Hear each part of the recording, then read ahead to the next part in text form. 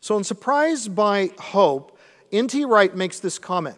And I'm quoting what he says about me for a specific reason. Because he believes that we should not use the term heaven for the new earth. He says, now he agrees with almost everything that I said in the heaven book. But he said, many mental pictures have grown up around this, that's the float in the clouds forever thing, and are now assumed to be what the Bible teaches or what Christians believe.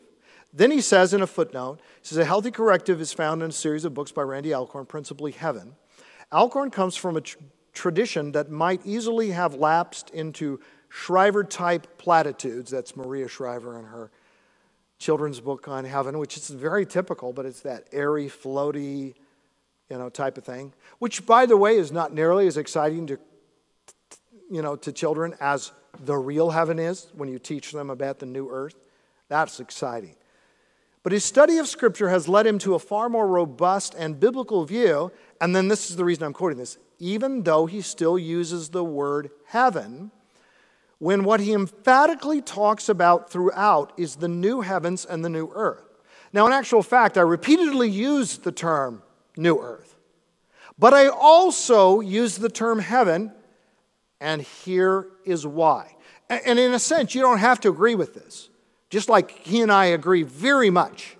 And he is one of the top 5 theologians, living theologians in the world. And I did not make that cut with Christianity Today. Okay, so that's, But and the reason I say it is because, let's go back to our original understanding of heaven. And you could define it different ways, but most people would agree with this definition. It's God's special or central dwelling place, where he lives with angels and with his people.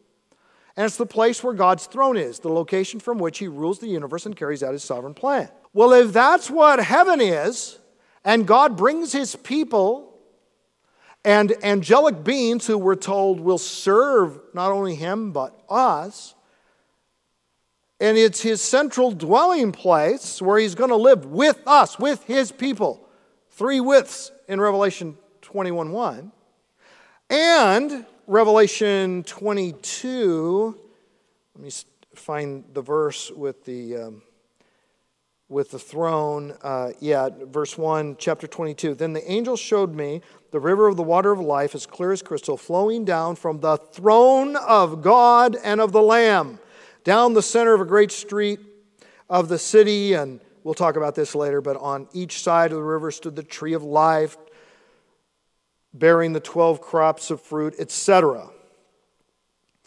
Okay, if this is where it's God's central dwelling place, where he dwells with his people, and his throne is there, isn't it accurate to say that the new earth will also be heaven? I think it is. It's okay if you think, oh, we shouldn't even use the term heaven.